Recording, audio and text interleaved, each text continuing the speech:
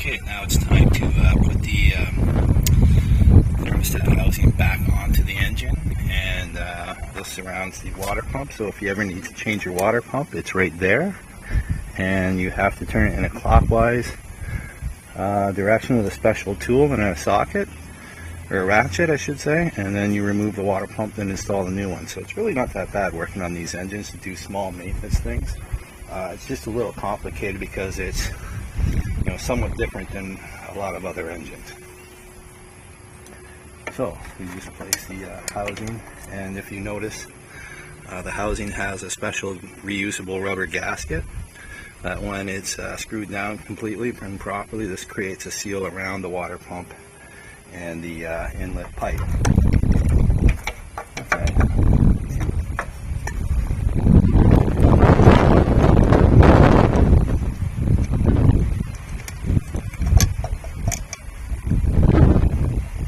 It's also important to completely hand tighten as possible before using the socket, so that you know you're not cross-threading or damaging the threads in the water pump housing. Replacing one of these housings is very expensive, probably a dealer part, and you never know, they may even be stopped making these and they may not be available in where you live. But the hardest one is underneath the inlet tube, and it's kind of hidden, so you have to feel around where the hole is and guide it in without losing the bolt in the engine compartment.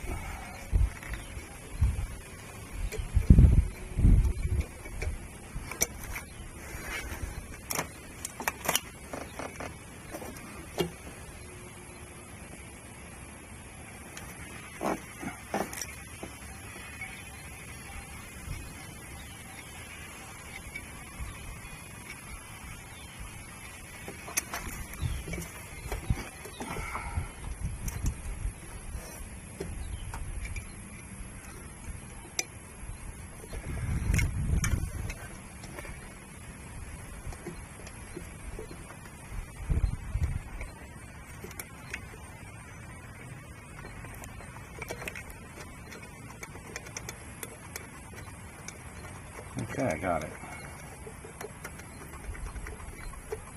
Like I said, you want to try and tighten these up as much as possible by hand before tightening them up with a ratchet. And also, when you tighten these down with a ratchet, do not use too much force, or you could strip the threads inside, and that's very costly, like I said.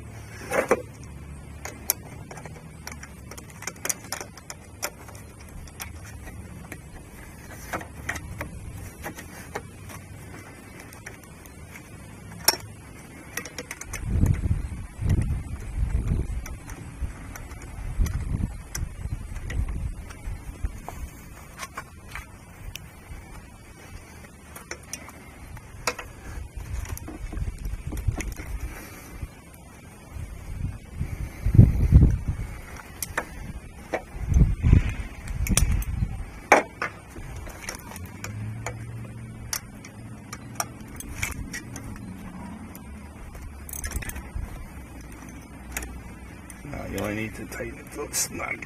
You don't need to put excess force on it. Just so that the gasket seats itself properly and creates a seal around that housing connection. Ooh, that didn't feel too good. But it should hold.